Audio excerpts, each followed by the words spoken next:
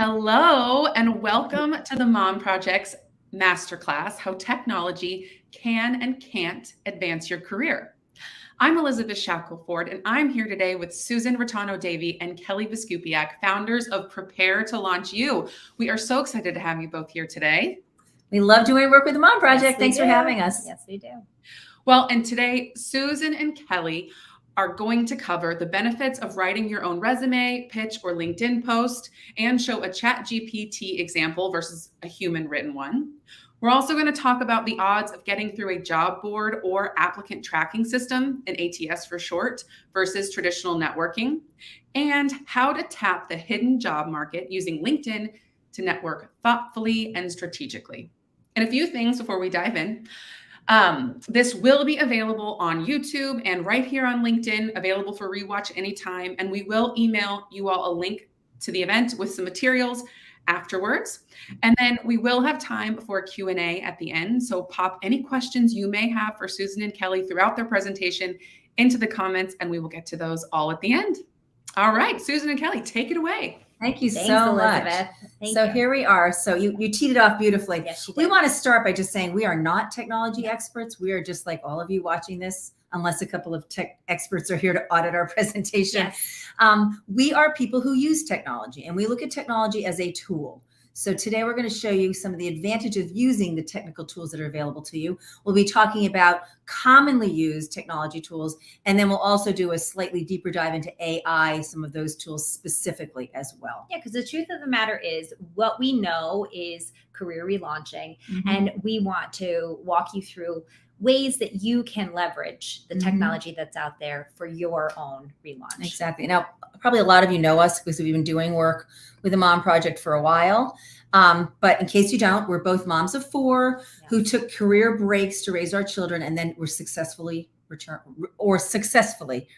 to work. Yes, we have a combined 40 years of experience helping women across the globe successfully navigate work and life transition Along the continuum. Yeah. We're widely recognized experts in this field, and we have extensive recruiting and hiring manager experience and insights. And we are embracing technology all the time. I mean, recently we embraced a whole new learning system for some of our programs that required a lot of work on our behalf. And one of the things that we've learned is that newer technology is actually so much easier to use than even 10 years ago. So what might feel a little intimidating to you, with just a slight bit of education, can feel very empowering for you. And today we're going to help you overcome maybe a little of the overwhelm you might be feeling, maybe some of the intimidation you might be feeling, and help you understand where technology fits and doesn't fit in your career search. So what we're going to cover today, well, first and foremost, we just want you to know and understand that this can all feel very overwhelming, and coming at it with some education, some understanding of what is out there is always going to empower you and give you that confidence that you're probably looking for when it comes to all of the different technology tools that are out there. So we are going to help educate you on that. And so we're going to educate you on what tech tools you may encounter during your career relaunch and job search, and why companies use them. Why and how. Yep. We're going to talk to you about what tools you can use. So there's the ones you're going to experience, and then the ones that you choose to use, and how these different tools can either help or hinder you in kind of the main elements of a job search, which are creating your resume, building your network, your LinkedIn, applying for jobs, interviewing, and a little bit of negotiating. And we want to talk to you about when to use the tech tools and when to stick with kind of the tried and true low tech approach. Yes. So what technology will your ideal employer use and why? So let's break this down. We're going to go through the different areas. So most U.S. employers use technology. It's just a given. I mean, anybody who has a job board on their website is using technology. Anybody who posts a job through an aggregate job board like LinkedIn or Indeed is using technology. Forbes did a poll recently, and the 84% of the executives polled believe that the new AI tools are going to make recruiting even better, which I think is debatable, but we'll see. So companies use the algorithms and AI to write job descriptions because it's easier. They use algorithms to run their boards. They use online tests and assessments to assess you as a candidate and to your fitness for a job. And sometimes they use robots to evaluate the interviews that they're conducting in person. We'll talk about that a little bit more. Employers also use aggregate data sharing sites like Indeed, and I think salary.com is another one, to determine what to pay you. So it's not just coming out of nowhere. They're really looking at where are the sweet spots and where do they need to be when they're moving through that process of making an offer. Oh God, what happened here? Okay. I don't know what happened here. It's decisions for us, which is a good thing. Yes. All right. So let's just break it down because we kind of look at the main elements of a job search, resume being the first one. It's where we all start, right? So there are ways that you can use technology to help you with your resume. So there are sites like Resume Builder and Resume Nerd, and they offer, those are two popular ones. There are many more. You can find them through an easy Google search. And they offer free and paid writing guidelines. So they also offer sample bullets and statements and just give you some like a gallery of resumes to look at to get some inspiration, maybe some ideas. Right. There's LinkedIn Learning. That's a platform that's actually offered in this space that you're currently on. And they have resume writing courses that feature instruction and examples of benchmarks and resumes. Susan and I are actually LinkedIn Learning authors, and we do have a course that actually walks you through writing for a resume gap. So that might be something you want to check out. The Mom Project has a resume rev tool, which is excellent. It tends to be a little bit better for people who have shorter gaps that don't need as much explanation. And that's right on the Mom Project site. Great tool. We also have a YouTube channel. And if you look at our channel, we have a lot of free videos on resume writing. Some go deep into specific areas. Some do more of a high level overview. And we have series so that if you want to sort of walk step by step and have a little bit better understanding of what's out there, again, building back that confidence for yourself and an understanding of these things. But then we also have our Resume Gap Lab, which if you want a little more hand-holding. Yeah, that's just that be helpful too. An independent product. Yeah. So that's all the content. And honestly, if you look at the organization of these bullets, there's a lot more focus on content because that's what matters most. But format helps. And looking, and sometimes you're a great writer, you can get the words, but it just kind of looks blah, or it's not organized well. And there are templates you can get. You can get templates on Canva, which is great, on a site called Loom. Even Etsy sells inexpensive resume templates. And if that is making you struggle, these are easy, low-tech ways to get that help to make your resume stand out. Yes. All right. Once you've got the resume written, you're going to want to go digital with it. You're going to want to put a digital version on your LinkedIn profile. And you have to have a LinkedIn profile, regardless of discipline. I think, education uses it a little bit less. Some of the clinical roles in healthcare use it less, but we recommend that everybody be on it because there's no harm in being on it. And if you're looking for anything in industry, you must be on it. Yes, it's just a great way to connect with people, get yourself out there, get educated about what's happening because there's a lot of information that's out there. So you're going to create yours. So the LinkedIn Builder tool helps you create the best page and follow its suggestions because they're constantly changing. Yep. So within the last year, LinkedIn, I think it was a year, LinkedIn added a creator mode where you can go in. If you're someone who's an ideation, if you're a subject matter expert, you can list the topics that you talk about. And that's helpful. If you type in a hashtag, I talk about flexible work. I have a lot of expertise in that. That's an important thing for people navigating the platform to know. So that would be something that's added. 2 years ago, they added a feature where you could highlight your career break. Again, if you took a short career break for COVID or maybe just for 3 years, getting children into school, it's a great place to say, hey, these years I was off. We recommend if you've taken a longer career pause that you take the time to really account for that time. It's a hard thing for an employer to see a 16-year career gap with nothing accounting for it. Right. And if you need more help with that, we have tons of work that we've done with the Mom Project that's also housed on their YouTube page. Make sure that you complete all of the sections. This is something that gets skipped. And the one that usually gets skipped the most is putting your photo. I know, it's so shocking. Well, you know what? It's not so shocking in the sense that if you've been out of the game, or maybe you just don't, you don't love social media. So it's like to put yourself out there. in that way feels like, oh gosh, this feels a Mhm. little scary, It's a little vulnerable. overwhelming and Yeah. vulnerable. And that is okay. That is normal. But don't let it deter you from doing it and making it happen, because it actually matters to the Mhm. algorithm that is built Well, into I the think I read system. I think it might be 20 times more likely. I'm not the math person to make a successful connection if the photo is there. I know I won't connect with someone whose photo isn't there because it's just like a major missing piece. Right. So another thing to make sure when you're setting up your LinkedIn is you have a choice at who sees your profile.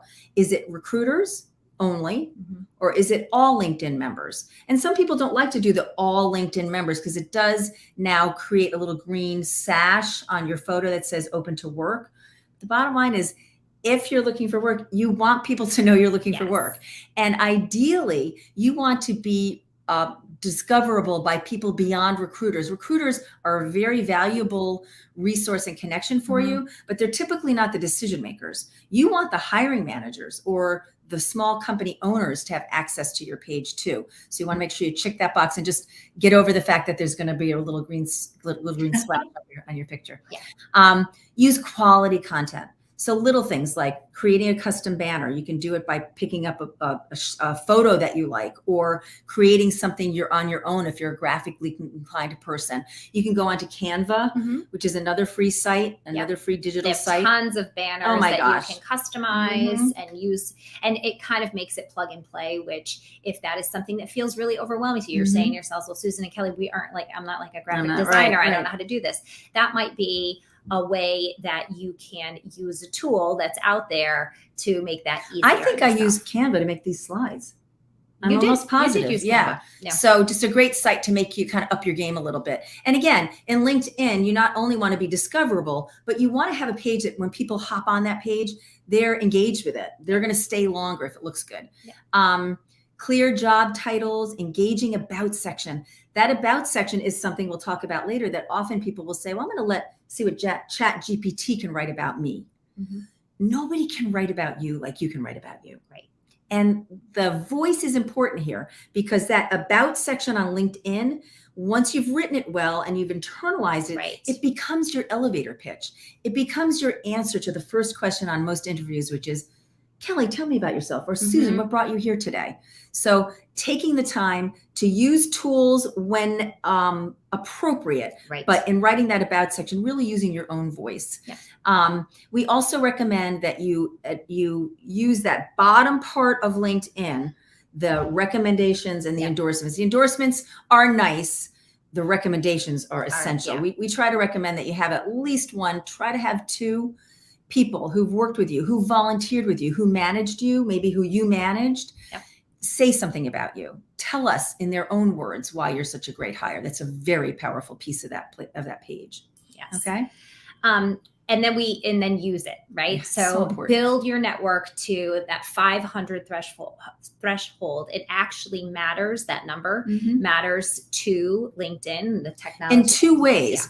Yeah. One is it's kind of what their coders determine as the threshold at which you will be able to pretty much connect with anyone you want within 3 levels. Right. If you have more than 500. But the other piece is when recruiters are putting in criteria and LinkedIn ranks their 50 candidates they're looking at, one of the point systems that increases your rank is having more connections. So it is, and don't be overwhelmed by it. I mean, it doesn't take that long. I remember when you and I were doing it years ago, it feels slow. The first few hundred feel slow, but then after that, it grows very, very quickly. Absolutely.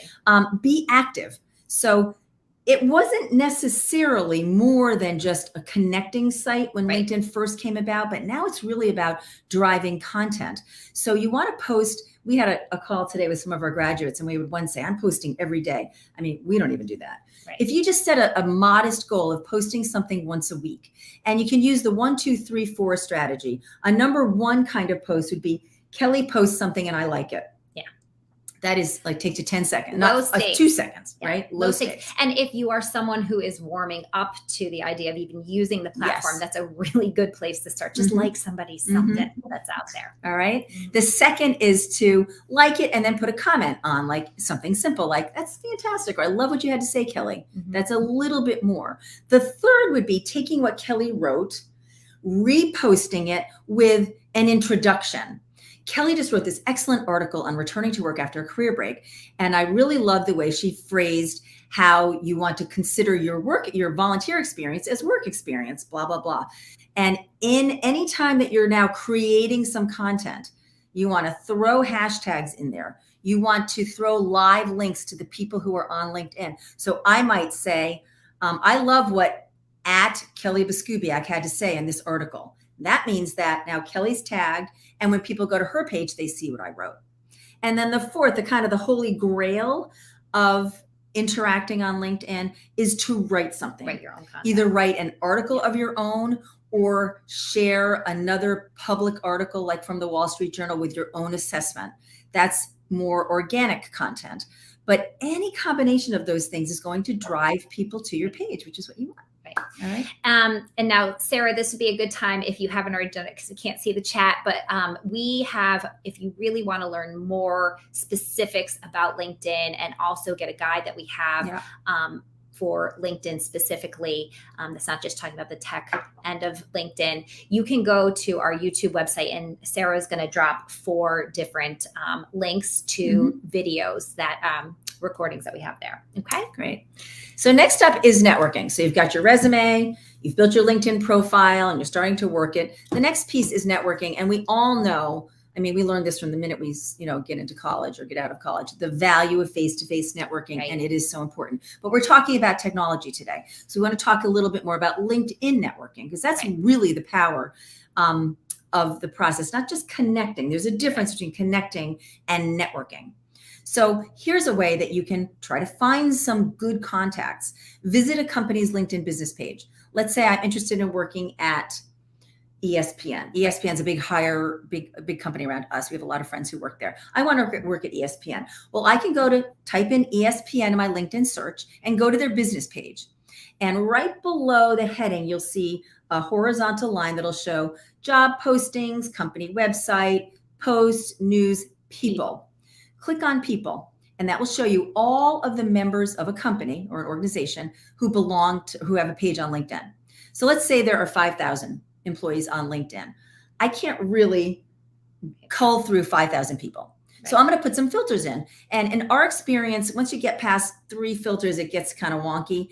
But LinkedIn has some pre-posted filters. You can choose location. You can choose job function and title. You can choose alma mater, which is a very powerful one, and department or function. So start looking through there and try to get that number narrowed down. So let's say I want to look at people who are working in Atlanta because that's where I live, and I want people who work in project management because that's what I want to do. Once you start applying those filters, that 5,000 is going to become closer to 50. And then you can start looking through. And you might see, oh my gosh, I'm already connected to this person. Right. More likely, you'll see that you might be a second level connection with someone, and you might have 4 common connections. Take a look at their page and look for those intersections. Oh my gosh, I'm friends with Kelly too. Right. And the key here is to use a very specific strategy. It's called connect, message, meet. And I think, and those of you that are signed up, we're going to send a post email, and there will be a connect, message, meet freebie. It kind of walks you through and scripts you specifically what you can say when you're doing all of these different phases of this strategy. Right. And the simple thing is that if I find out that Kelly works at the company I want to work at, and she's in the department I want to talk to her. I don't want to just connect with her. I want to get some help from her. I don't want to start out by saying, "Hey, Kelly, I see you work at ESPN, and we both know Mary, and I'm so excited, and I want to talk to you about blah blah blah." That's just too much. Right. So I want to start easy. Just want to connect. You want to at least get her on the hook right before you reel her in. So I'm going to say, "Gee, Kelly, I see we both know Mary. We both live in the same area. Let's connect." Just simple.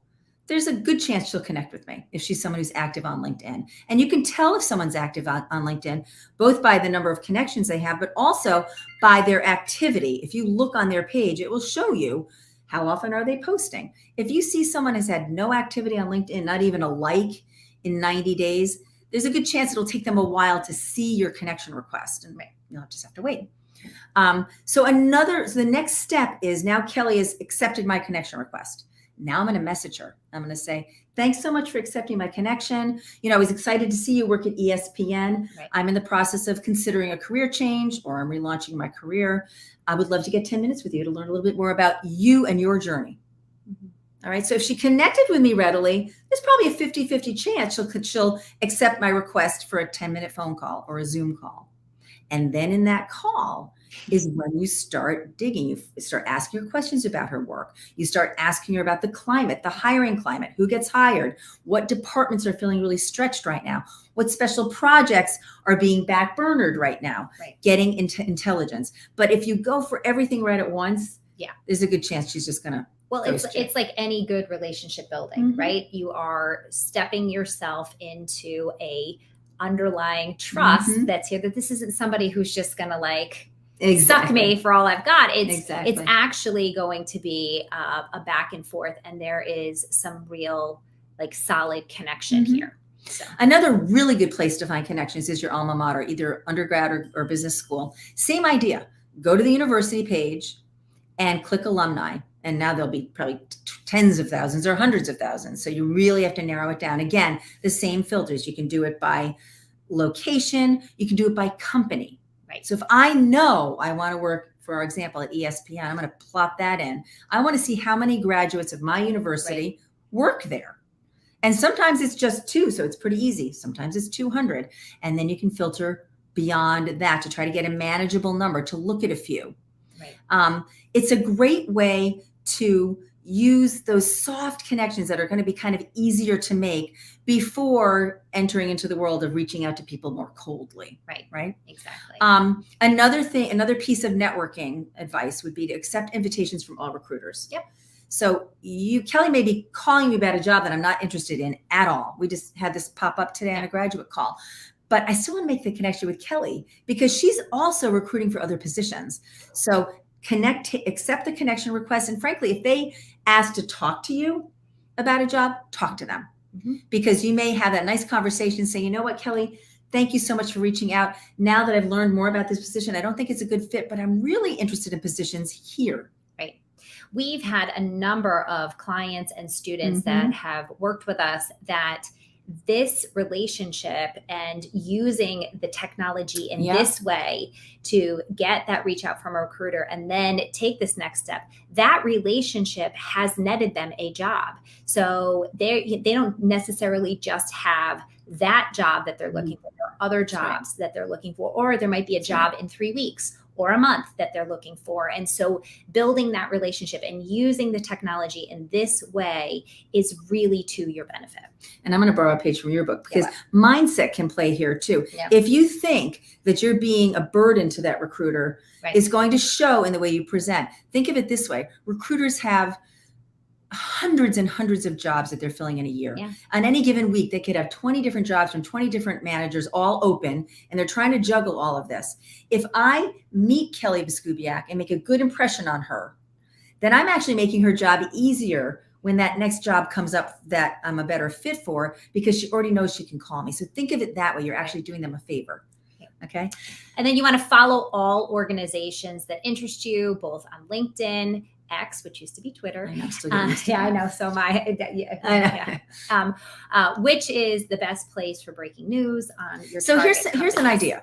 Like if I read that the company I want to work for just had a major layoff, I'm going to know that maybe it's not the best time for me to look for a job. But conversely, if I find out that the company I want to work for just acquired another company or picked up a huge account or is building a new facility, those are things that break first, not in the newspaper and not on NPR, but truly they break first on probably Twitter/X or on the company's LinkedIn page. Interestingly, on an earlier call that we had today with one of our one of our graduates, she was saying she had been doing this using technology in this way, and she came across information about a particular company that was really diving into the AI space.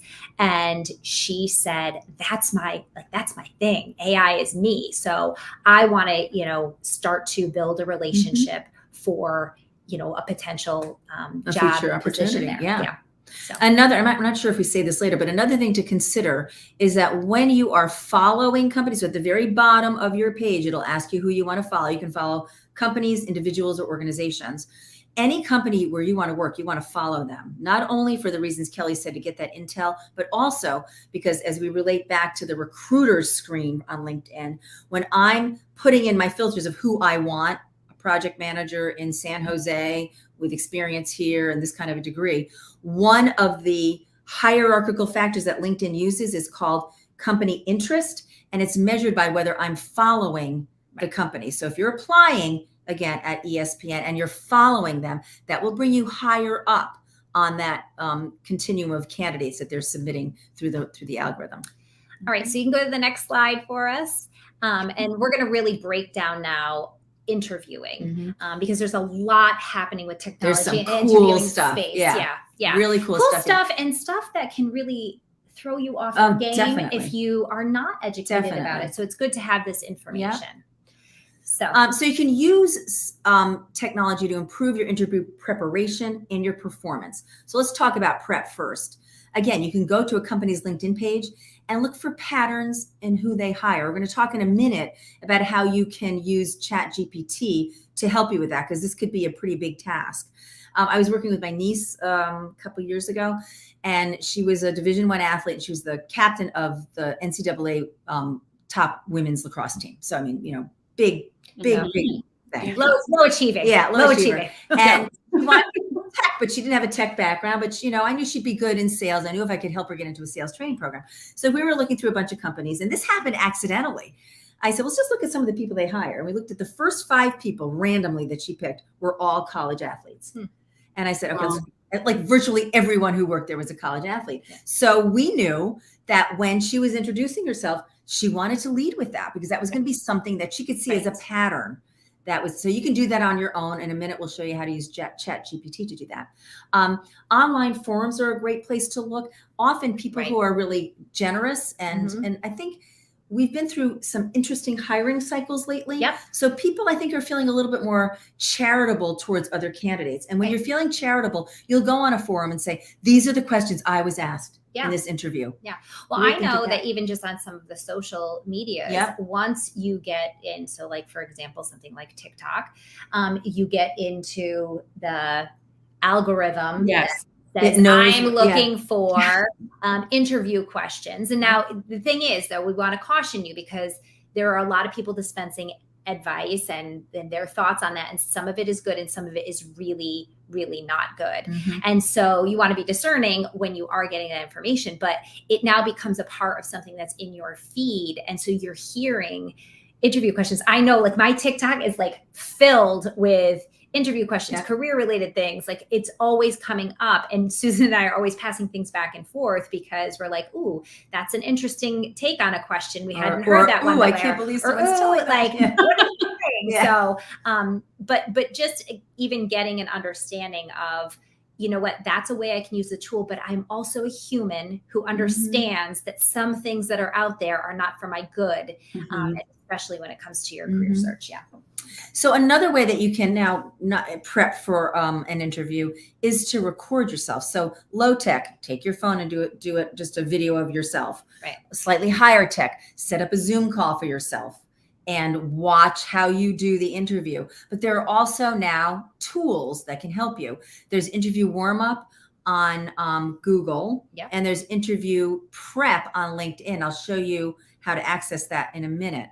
But what you're looking for, if you can get past the, oh my God, I don't like the way my hair looks or whatever, you got to get past that, because nobody's hiring you. Well, and here's the thing, in doing this, you are going to get past it, because you're going to realize, ooh, that's going to get caught in my brain. And so guess what I'm going to do? I'm going to actually put a sticky note over my little square so that I don't have to see myself when someone's talking. And we're doing that right now, because somehow our technology the green light, but we know you're there. But it is, I find that it's less distracting now, because I'm not seeing, myself over in the camera. But these are the things that you're going to do. You are going to evaluate your look, not necessarily, do I like the way my eyebrows look today, but what is my lighting like? Is my computer so low that they're looking up under my nostrils, or can I lift it up with a couple of books to make it more eye level? What does the light look like during this day? How does this color read on the screen. Should I put my hair up? If it's 97 degrees like it is in Houston right now and you have curly hair, if you're going to be self-conscious because your hair is big, you put it up. These are things that you can watch when you record yourself on any of those platforms. Look at your delivery. This can be very telling. And we won't tell you what we did, but we saw each other when we filmed our first course, and we noticed right away the two things that we both do a lot. And we tried really hard to stop doing them. Hopefully you don't miss it. Because they were distracting. But look at that. Look at your delivery, the way you're moving. What's your intonation like? Are you talking fast? I'm from the New York tri-state area. I talk fast. When we do our LinkedIn courses, they're always saying, slow it down. Yeah, there's times where I'm like writing her notes. So but these are things that you can learn if you watch yourself. Vocabulary. We've had students who will say, a lot, or repeat themselves, or say, We often don't know we're doing it. You're but not again, aware if of you watch it, you can see it. We can also, those are also called filler words if we're throwing those in there just to kind of buy time. So you can do this on your own. But AI also offers you some tools to do it. So those two tools I mentioned, Interview Warm Up by Google, Interview Prep by LinkedIn, you can record yourself on the platform, and they are bot evaluated. So they're using the same criteria, looking at intonation, speed of delivery, not speed of speech, but how quickly can you answer the question? How directly can you answer the question? Are you using the words that this employer wants to see? So let's skip ahead to the next slide and let me show you, because you're all obviously on LinkedIn. So this tool is already here and available to you. I've got a picture of my homepage. If you go to your homepage and you click on right here, it says job. Well, you can't see my cursor, but kind of at the very, very top, Elizabeth, where it says home, my network, it'll say job. Click on that. It'll take you to the next screen, and it's a place where you can kind of house the jobs that you're looking at. But if you scroll down, you'll see where is it? Interview Prep, and you click on that. You have an option to do, believe it's a video or a written or an audio submission of your answer. So it's going to give you a question, and you can either type your answer. I highly recommend, if you're going to use this tool, to speak your answer, and a bot will review it. Now, this same technology is being used on the other end. So most of the time, if you're doing a video interview, a Zoom interview, which I would say, 90% of companies are doing now. Most of them are recorded. And I used to think they were just recorded so the recruiter could share them with the hiring manager. I really like this candidate, check her out. It's not just that. They're now using AI to screen through that interview very quickly to say, did this person have the right energy? Did they answer quickly? Were they eloquent? Did they show leadership? Did they show whatever kind of qualities you're looking for? So is it foolproof? No. But it's a lot faster to have a bot do it in seconds than to have a human reviewing every interview for an hour. So these are tools that you can use yourself, but they're also being used on you by companies. And it's just a great way to get feedback as you are trying to, perfect your responses to your interview questions.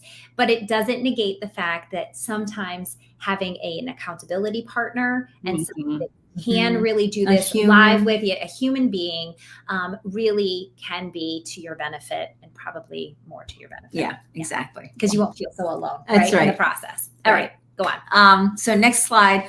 Let's talk about what role ChatGPT can play in your search. We get this question a lot. So unfortunately, we hoped to have a resume up, but my client asked me not to share it, so I'm not going to share it. But she tested me. Yes. So we were working together. She's a senior exec over in Australia, actually. And we were working together, and she wanted me to write her resume. So for me, the most important part of the resume is that about section, that profile statement, because it then can be transformed into your LinkedIn statement and then become your elevator pitch and your interview question. So it has a lot of mileage. Exactly. It's a great word. A lot of mileage on that one thing. So I think it's important. She didn't want to write it. And she actually is trilingual. So, and English was not her main language. So it was a good thing for me to write it. And then what I did was I spent probably a whole hour with her, just talking to her and writing down what she said, and then writing this beautiful about section because what she said was so good. I just kind of cobbled it together. But in the meantime, she said, before you show me what you wrote, I wrote my own, and I want you to read it first. So I read I it. love that she did this. And I said, and I was trying to be polite. And I said, Anne, this is good. But I'm not feeling your soul. You're so much more than this. I'm not seeing you in this. I'm seeing, it's grammatically correct for the most part. It kind of follows the right flow, but it feels kind of soulless. And I don't mean to insult you, but like, I think you're going to like what I wrote because it really shows you. And she started to laugh. And I said, what's so funny? And she said, I did that through Chat GPT. I wanted to see if I could fool you. It's interesting because the response that I had is the same response a lot of people have to things that are written by Chat GPT, whether it be a poem or a piece of music. It's structurally sound, but there's something missing. Yeah. And what we know and understand from having worked with thousands of people now, there is something transformative when you write that statement yourself, when you turn it into the soul of who you are. It makes you more believable and memorable when you are getting the mileage out of it, when you are talking it, speaking it as an elevator pitch. And it all starts with doing it in that, initial stages. So where we see this as like a tool, a really good tool is, what? Not everybody's a great writer. Some people are very intimidated by the writing. So you may have the body of your resume written. Right. You could copy it into Chat GPT. That's so hard I know. to I say. laugh every Hard to say. Call it chat. Well, hard to say. You can type it into Stumble over it. I know. and just say, hey, can you write me a compelling about section about myself using this resume information? Right. And it'll give you, like what Anne gave me, a starting spot to then embellish and make more yours. But you can also use it. Let's say you're not sure what bullets to put in your resume because you've done so many things. You could just write a narrative of your experience and say, can you type in, copy and paste that. Can you list my most relevant and valuable work experience in bullet form using active verbs and measurable data points? Because that's what a resume requires. Or you could take a long job description. Yeah. I mean, we see some job descriptions that are 5 pages long and you're like glazing over, and they're written, you're reading them online in a tiny font. And here's another little tidbit. We know that like when you get to like maybe 2 or 3, that actually, the skill set that they're looking for, they don't have you stop looking at that job description. And we don't want you to do that. We want you to assess the whole job description. So cut and paste it, throw it into the chatbot and say, can you extract the top 10 desirable skills from this long job description? For your LinkedIn profile, you could submit your resume and say, can you write me a great LinkedIn about section in first person narrative, conversational style that includes the key points of this resume? Again, it's not going to be in your voice, but it can get you started. For networking, you could submit a person's info. You could just cut and paste their entire LinkedIn page. Can you extract this person's top 10 professional skills and top 5 personal qualities? Just to get to know them. Again, if you're looking for time savers, this is a better place to save time than in writing something that really needs to come from your soul and your voice. Absolutely. For intel on a company's hiring patterns. So what happened with my niece Sheila and me was we stumbled on it. Right. We looked at 5 or 10 people that were employed at this company and saw they were all athletes. But LinkedIn could have done it a lot faster. If we had gone in and just said, I want to see 10 project managers and just cut and pasted their experience and plug it in. I mean, it is so fast. And we could ask, what 5 skills or experiences do all of these employees have in common? So a couple of things on this. Number one, you might want to screenshot this particular slide so you can use those questions yourself. So I think that's a good thing for you to do. But number 2, it's also really important that you don't feel this sense of wooed by Chat GPT, because it is limited. And we did when we were just like testing things the other day. We were like, oh my god! And she's going, wow, it's just so fast. But it's so fast. But look at the quality of what is being produced and be discerning with that, And I think to the point, it's probably a better research tool than a production tool. Absolutely. Right? Really, really saves time. So one last example, kind of using that template of the key areas of a job search for interviewing. You could submit a job posting and your resume and say, can you suggest a good answer for the question, what makes you a good fit for this role? Right. Maybe you're kind of struggling with, because sometimes those very general questions are even more intimidating because Right. it's like, where do I start? Again, maybe can give you some order and structure to your answer. From there, you can make it better. You could ask, what impressive question could I ask a hiring manager for this position to set me apart? Right. We did that one. Yeah. And a lot of the questions were stuff that we normally teach. It was nothing, really Earth-shattering, but you never know. Yeah. Right. Good starting point if you need Yes. it. So I want to scroll ahead, not to the next slide, but the one that says sample chat GPT query screen. Yep. Got it. I don't know if you guys can read this, but this one, we just show you how it looks. So it's so simple. We typed in the question, can you extract the top 10 most desired skills for this job description? And we dumped in a 5-page job description. literally highlight it, Copied it paste it into ChatGPT, Yeah. and then put that question at the top. And then the second panel shows you what the answer was. So they repeat the question based on the job description for this position of business project advisor, project manager at Cigna Supplemental Benefits. That was the company we chose. Here are the top 10 most desired skills and qualifications. What we liked about ChatGPT's answer was it wasn't just hard skills. You'll notice as you scroll down, it's got a lot of the basics, but it's talking about executive presence, Right. Organizational skills, influence, adaptability. So these are things that if you listen to what Kelly just said, you might get to the beginning and say, I don't have all that, and skip all the rest and realize that these things are important enough that they came up within the top 10 valuable skills and experiences. Of 5 pages. Exactly. All right. So this is a good use of ChatGPT because I feel like the older I get and the more we get immersed in technology, the shorter my attention span gets for reading. And I actually think that's been proven. It's not just me. Yes.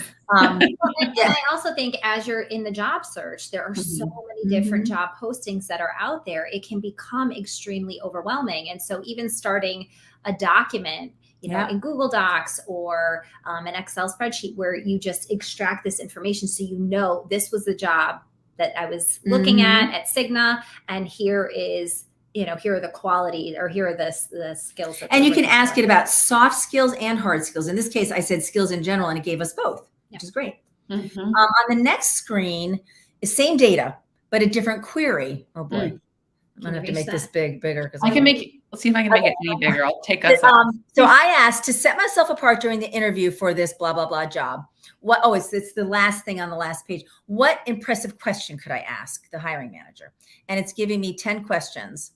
So these are questions that I would be asking of the hiring manager. Can you describe the most significant challenge or opportunity currently facing the organization? And how does this role contribute to addressing it? That's a good question. I'm going to grab another one. Can you share some recent success stories or examples of projects that have had a significant impact on the company's goals and objectives? All right. Now, we, when we're teaching, tend to focus more on asking real-time questions. Right. One of my favorite lines, and we've said it before when we've done interviewing workshops at the Mom Project, is an interview is a conversation. It is not an interrogation. In an interrogation, you sit for 48 minutes and they just fire questions at you. And then at the end, they give you 2 minutes to ask your questions. That's not a conversation. Our belief is that when we're interviewing and a question comes up organically, rather than trying to remember it for my last 2 minutes, I'm going to ask it right then. It changes the power dynamic. It reminds the hiring manager that you're interviewing them too. You have options. All right. But this is good intel. Is it great? No. But in the seconds, I'm saying it was 3 seconds. Yeah. That's what we were pretty good intel in 3 seconds. Yeah. All right. So we're going to go back to that AI slide now. So what role will AI play in your job search? Right. Right. Lots of different ways. Right. So many of your interviews will be powered by AI. The first one is that face-to-face with responsive human-looking bot. So talk a little bit about this. It's so it's very intimidating. And so it's a time saver because the recruiter, that's the first line of query, it's not that in depth. A recruiter is a generalist, so they don't know a lot about each position. They know enough to kind of gauge whether the candidate's worth passing on. So in company's defense, this is a reasonable way to use a bot because we just want to make sure you've got the basics before we bring you on further. It can be very uncomfortable. It's clearly not a human being. Sometimes you are able to take time to, you can even re-record your answer a second time. But remember, if you're re-recording your answer 3 times, it's kind of like the kid that takes the SAT 6 times. Right. They know you took it 6 times, and the bot records that you've redone your answer 3 times. As a hiring manager, I think I prefer the candidate that just gives went me with the first answer and goes with it. That shows me confidence. But different people perceive things differently. There's also interactive voice response audio where you get the question, and you might be on a computer where you get the question, Right. and then you type your answer in, and you've got a certain time period. Sometimes within that interview, they'll even throw a situational problem at you that you have to solve. Yeah. I have a client right now who is a data scientist, and he's trying to get a job in AI alignment, which is just another word for AI security. And he had to do a multi-hour, I think it was 3-hour exam, but it was not like a test where you're typing answers in. It was like the problem was presented on the screen, and there was an engineer there, Right. and he had to solve it In front of the engineer. And the engineer was not only looking at his answer, but looking at his methodology, looking at his, and I was trying to prepare him for this. I said, I know they're also looking at how are you personally responding? Are you like freaking out? Are you pulling your hair? Nobody wants to work with someone like that. They want to work with someone who's going to approach it confidently. So the thing about AI is that it is looking at not just answers, it's looking at other, milestones, Right. Human responses. Okay. So we kind of talked about that one. Most assessments will be AI powered. So you've all taken different versions of the personality assessments that are very common, behavioral assessments. There's a company called Hewitt that does, I always thought they were market research, but now they're big in this kind of personality question. They are now using humans to do this, but they're moving towards bots. But it's a phone call, and they just ask you questions. You cannot clarify a question. You cannot give anything more than a yes, no answer. Right. And I was preparing one client for this. He made it all the way through dinner with the team. Right. And this company did the Hewitt last. And then he got ghosted. And I said, you must have blown the Hewitt. And he wrote, I need to know where I messed up.